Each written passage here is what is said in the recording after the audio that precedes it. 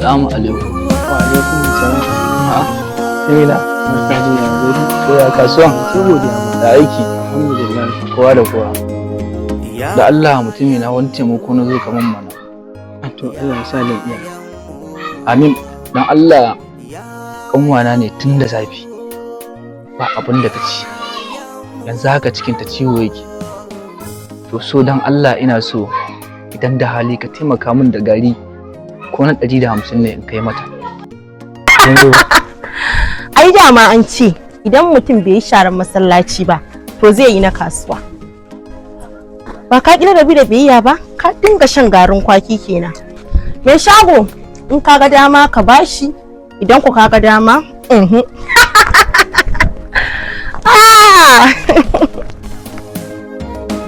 tausayi